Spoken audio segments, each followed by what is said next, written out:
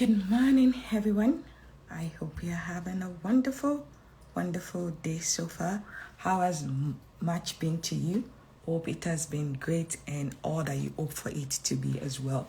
So, welcome to day 2 of this 31 days challenge of coming online. If you are new to me, my name is Omotola the Great. I am the lead consultant at the Funding Magnet, where we prepare, and position you or your organization to your highest potential. And we do that through ensuring that you build a profitable and sustainable foundation for your nonprofit or your social impact that you care about so much. And so today I want to talk about visioning.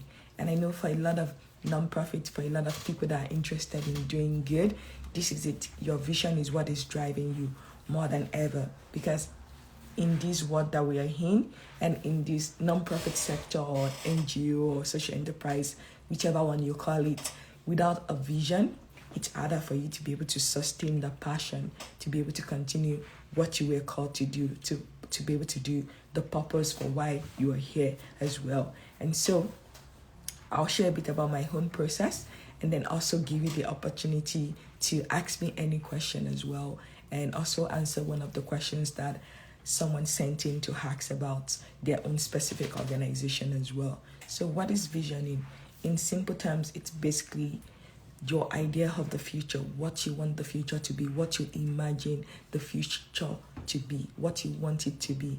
In a perfect world, where do you want to be? What do you want to see happen? Whether with the specific community that you are in, or the community that you're working with as well. And so visioning is very important in this process of being a change maker, being a champion for good. Because if you cannot see beyond what you see in your present circumstance, then it's very difficult in terms of being able to sustain the passion that you need to be able to see the change that you want to see in the world as well. And so I will highly encourage you that if you've not done it or you've done it in a while, go back to the books. Remember your why. And that is where it starts from. When we think of visioning, you start with your why. Why do you care about the people that you say you care about? Why do you care about the community? Why do you care about the population that you want to serve? Like I always say, you could have chosen to do anything else with your life. You can have chosen to focus on anything else. You can have chosen to choose any field of interest, any career path. But you chose the nonprofit sector. You chose the social impact sector. And so what is your why? What made you even say, yes, I want to sign up for this. I want to be one of the change makers, one of the champions to make good happen for this community, for this population as well. And so it's very important that you take the time to really remember your why, because as you continue on this journey, not everything is going to go as you plan. Not everything is going to work really, really great, but your vision is going to sustain you. Your vision is going to fuel you, even when you feel so tired and depleted because of everything that is happening around you. And so if you don't have your vision in place, then the point of being able to continue and be consistent in the work that you're doing and the impact you want to see is going to reduce a lot. And so I highly encourage you to really go back to the table to say, what is the vision for this work that we do? What do we want to see happen?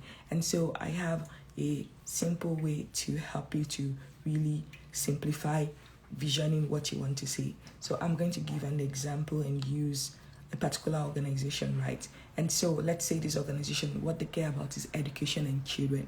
They want to ensure that children who are living in low income countries or what we consider at risk area or the ghetto have the opportunity to still access quality education irrespective of what their background is, where they are located as well. And so when you think about this organization, when you think about these objectives that they want to be able to carry out, what will be how can they vision these and use that as the lens to see through whatever challenge and obstacle that may come their way. And so the first thing is to think 10 years, 5 to 10 years in advance. What will happen as a result of the work that you do? So if this organization continue to say 5 years from or 10 years from now, because we exist, because we chose to do this work, this is what is going to happen in the education system for this particular location or this population that we say we care about. So what is that goal? What is that objective that you see that you can accomplish as an organization 5 or 10 years from now? So that's the difference between mission and vision. Your mission, it's present, it's everyday things that you do in terms of being able to move the needle to get to your vision. But your vision is that imaginative place that you want to get to. It is that destination that you're going to be able to bring who you're serving from this point A that they have right now to the point B. And so the process and the journey between A and B is where everything, all your activities that you do are in. So when you think about it, I want you to think of it as a declarative statement. What are you willing to declare? What are you willing to say, you know what, this is my vision for the future. This is the thing I want to make happen in this particular population. So going back to that example of an organization that care about children that are out of school. So let's use Nigeria as an example.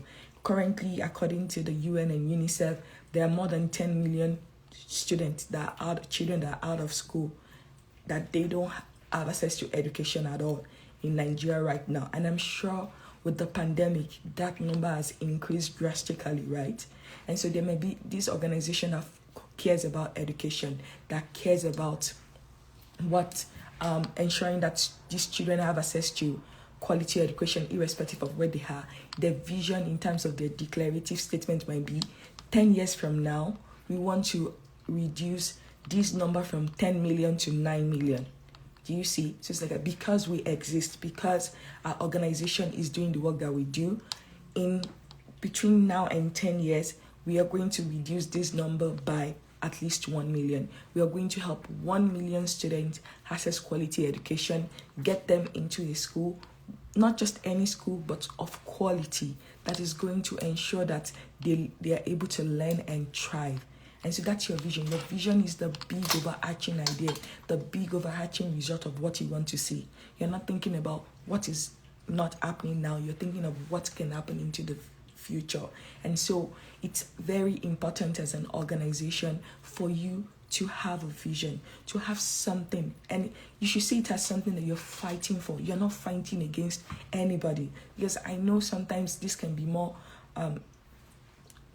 separating than bringing us together. So when you look at the work that you do, when you look at the population you're trying to serve, in crafting your vision, it's not fighting against the government. It's not fighting against a particular regime or a particular political party who are not doing what they're supposed to do.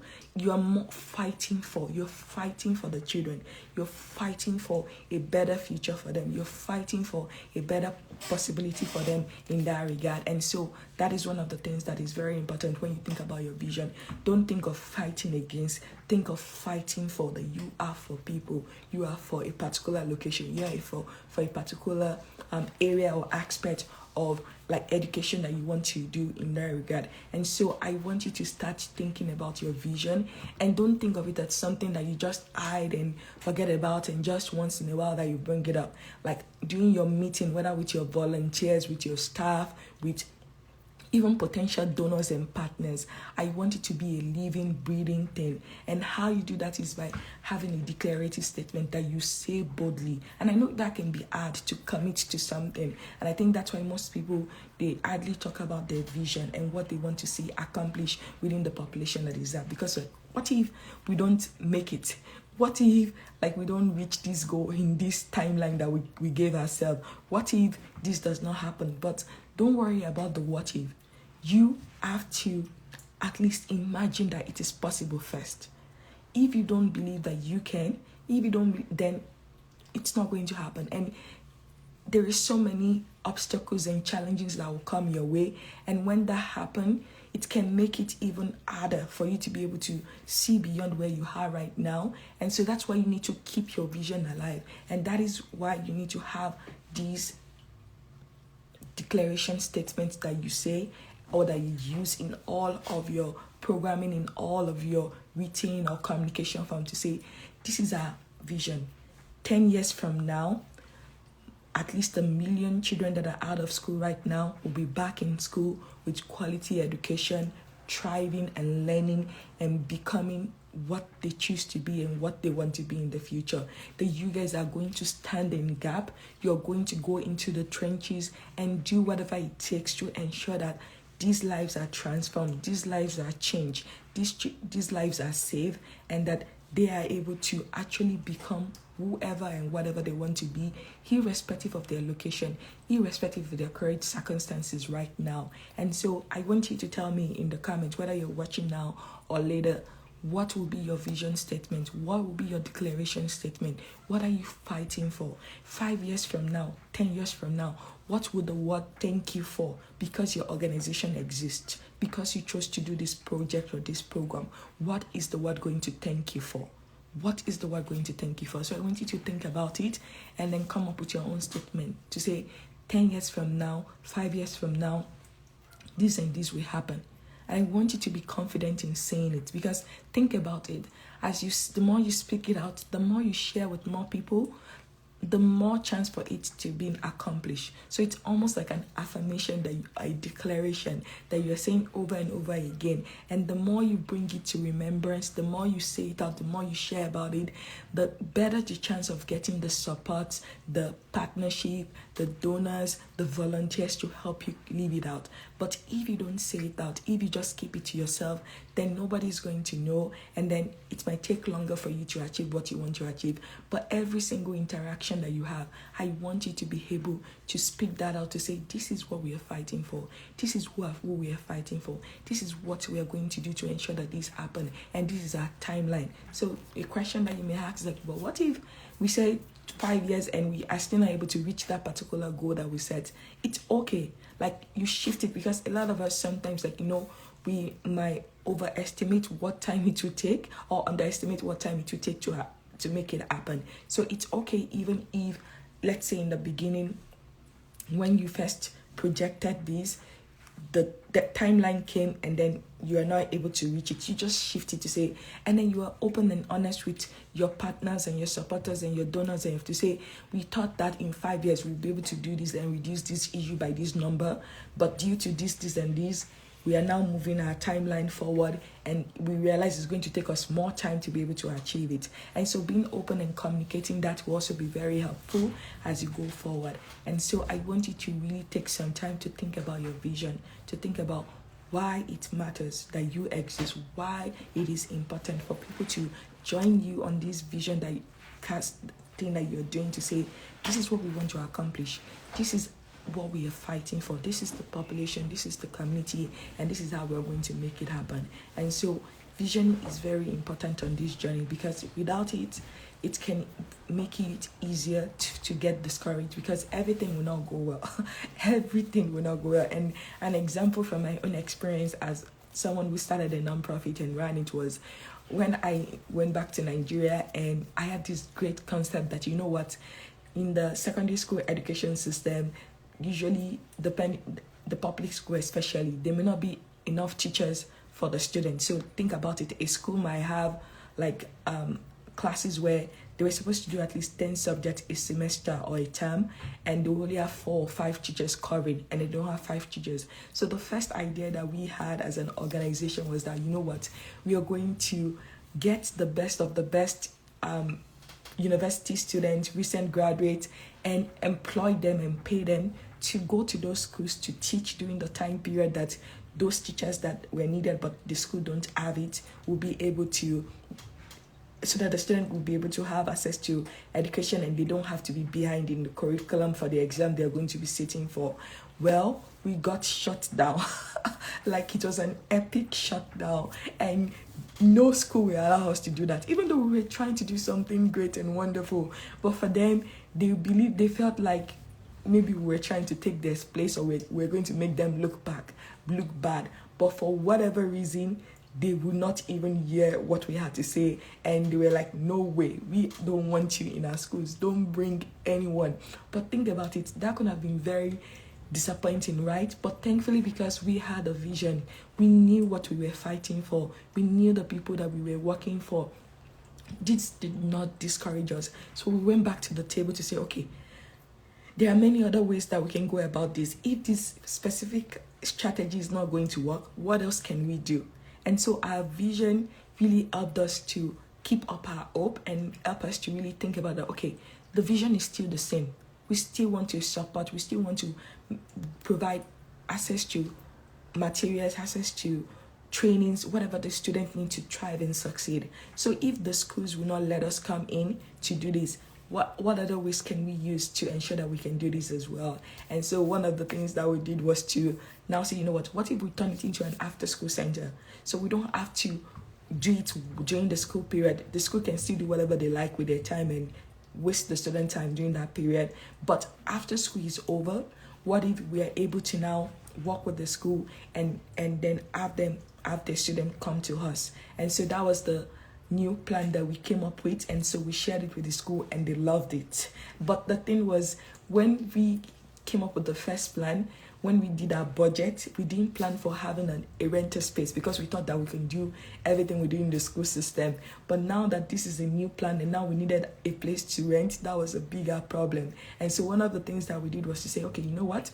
Let's go back to the school. Since they are going to be done by 2 p.m., can we use your school from 2 p.m. to 6 p.m. for this after school that we want to do? Because right now, it is not in our budget for the next 6 to 1 year to be able to have our own place. And so that was what we did. Our vision was what was driving us. We were not willing to take no for an answer. So even though our first idea, our first way of changing things, of transforming the situation was not what was palatable for our partners, which was the school at that point, we were able to still use our vision to guide us, to be able to say, okay, what other ways, what other step can we take, what other direction can we go that will still get us still on point with our vision and what we want to make happen. And so we had that conversation with the school, and the school said yes. So they would not let us do it during the school 8 to 2 p.m., but they were willing to give us every classroom within the school that we needed to be able to now have this after school center from 2 p.m. to 6 p.m. And so if we didn't have a vision, if we didn't have what we were fighting for, we didn't have the goal that we were looking up to and what we wanted to accomplish, and if that was not vividly in our mind, we could have easily given up. And so that's why it's very important and very essential for you to really remember your why, to define the vision that you see for that population or for who you're serving, and to ensure that despite the obstacle, the challenges that may come, that you don't give up, that you don't give in. You don't think that because one way did not work, then that is the end of things. You go back to the drawing table.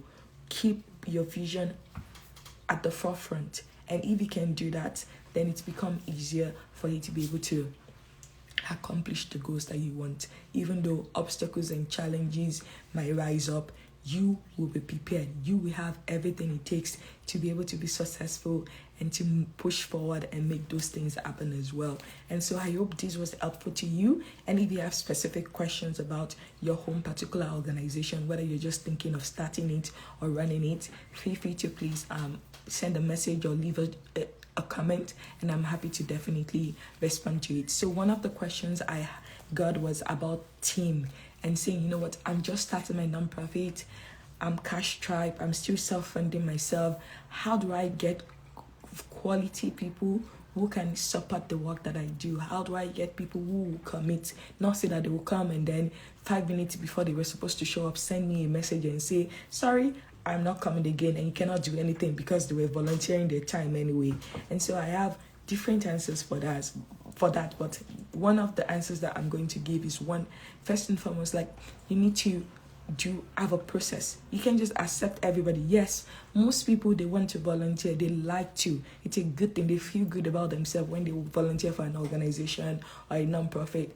But when it now comes to actually doing the work, sometimes because of life happening and things happening, it's understandable that they might now go back on their commitment. So a way to really ensure that happens less and less is to have a conversation with the person, explain what you are for, sell them on the vision, sell them on the mission, sell them on the population that you want to serve, and explain to them why it matters that you have committed people who can actually keep their words. Because think about it, if you're working within the school system, more often than not, the government has failed these students. Sometimes their teachers fail them. Sometimes the school system has failed them. And so to now have your own organization who came in to say, you know what, we are different. We are going to do something better. We're going to help you. But you also now break your word.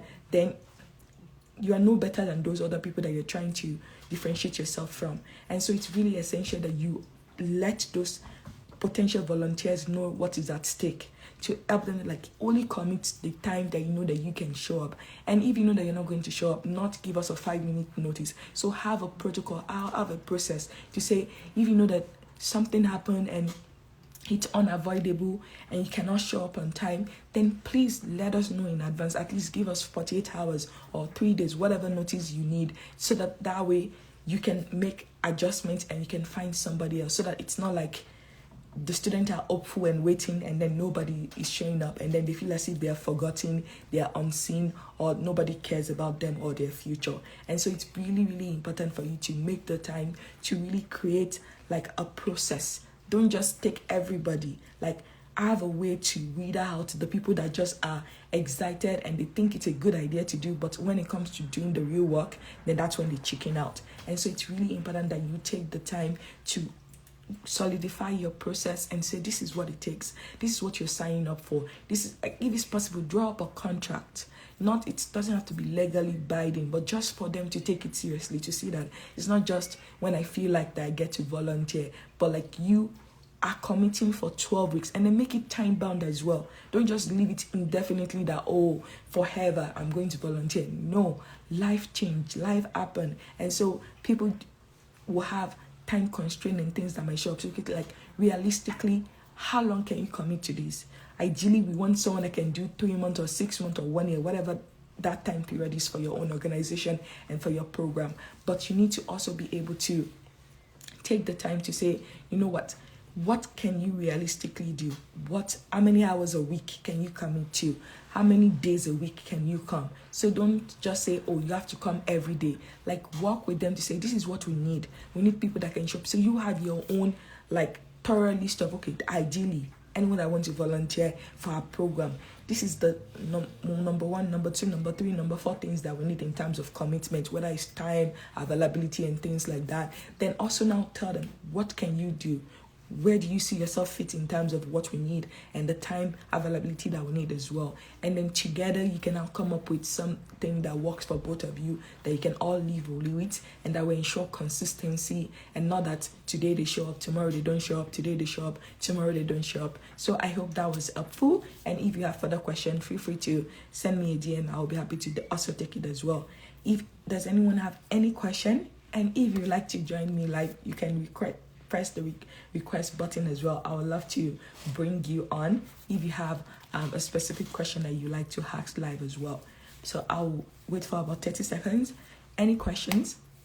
And while I'm waiting for questions, what are your goals for this month of March? I know this is the second day and this is the last month in the first quarter. So how are you doing on your goals that you've set for yourself? Where are you? Are you making progress, or are you stuck? And if you're stuck, what are the things that you need to get yourself unstuck? And so it's really important that you keep working on your goals, no matter the challenges that you see. And even though today I spoke about visioning for organizations, it's also applicable to individuals as well. So whether you're an individual, you've not started your nonprofit, but you're thinking of doing something, a project, a program, or any other thing that has to do with your professional life, it's very important for you to have a vision of the future that you want to see. What do you want? Where do you want to be 2 years from now, 5 years from now, 10 years from now?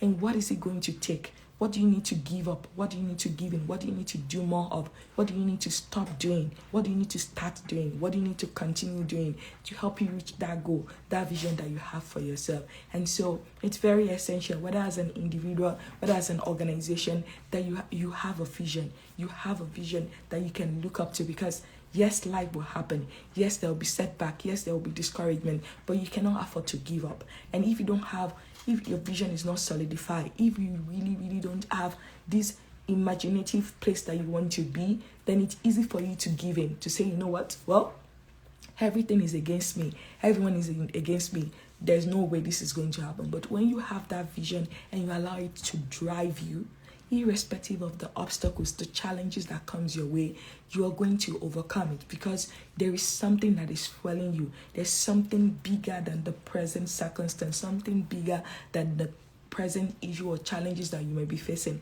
and that thing is going to propel you forward. Is going to push you to overcome whatever rejection, whatever failure that you might have to come across along your way into reaching that goal, into reaching that vision. And so I want to really encourage you to keep at it.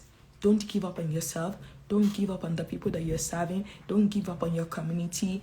You were called to this. You would not have done this if you were not called to it. And so do not give up on yourself. Think of it like a farmer. Like if you look at agriculture, farmers, they plant the seed, right? Sometimes depending on the kind of seed that they plant, it might take 3 months, it might take 6 months, it might take a year. Some even take 5 years or more for them to actually grow and produce fruit. But they're still there watering it, weeding things away. And then, so that is very essential as you go forward in the work that you do. Okay, someone has a question, and the question is, how do one device means for scaling? Can you be more specific? Is it like scaling your organization, or...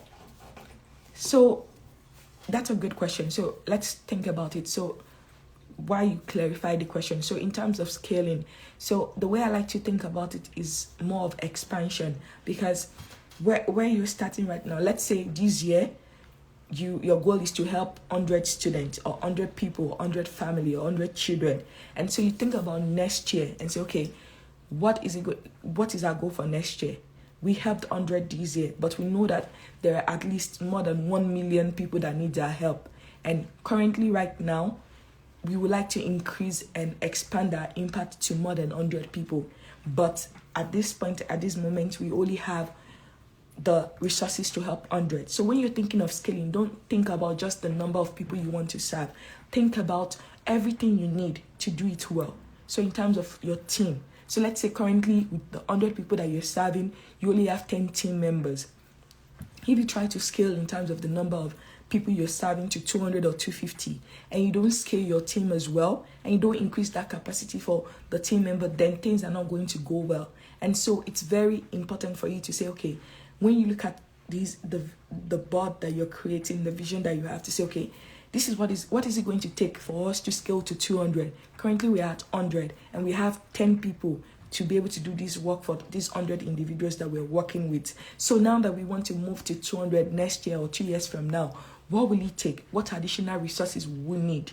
What additional support system will we need? What additional partnership will it take for us to be able to scale that as well? And so it's very important for you to just sit with your team to say, okay, it's not just enough to say we want to help 5,000 people or 500 people next year. What is it going to take? And then you need to really count the cost. What is the cost? What additional cost will that bring to you as well? How are you going to also scale your efforts to get partners, to get donors, to get supporters who are going to ensure that you have the resources you need, the funding or the in-kind donation you need to be able to support the work and do that, even because there's no point in scaling and increasing the number of people you serve while you're not scaling your operation in terms of the people and the resources you need to do it well. Because if you scale the number and you increase from 100 to 200 participants, but you keep your team as it is, and you are going to overstretch yourself, and then your quality is going to decrease. The quality of your service is going to decrease. And I always tell people, it's better to start small while you're thinking big than for you to start really big and then you have no idea, no vision, no plan for how to actually sustain or maintain that growth that you have in the beginning. And so if it's just 10 or 20 that you can do well now, wonderful. And then you can start projecting, say, okay, next year we want to do double of that. What is it going to take? Do we need to increase the number of our staffing? Do we need to increase the number of time or days and week that we provide access to people? And so all of those things are very important for you to consider. And if you can really consider all of those aspects, not just the number of the participants and the impact you want to have, then it's easier for you to scale and easier for you to move forward and grow your organization to the height you want it to take. I hope that answers your question. If you have any other questions, please ask. I have about 5 more minutes and then I need to say goodbye, but I'll be back here again tomorrow, same time. It will be 5:30 a.m. Central Time, and it will be around 12:30 West African Time as well. And also you can send your questions in advance, and I'm happy to definitely answer it live as well. But if there are no questions, thank you for showing up live. Thank you for those that are watching the replay. And remember, keep doing good. I'll see you tomorrow. Bye, everyone.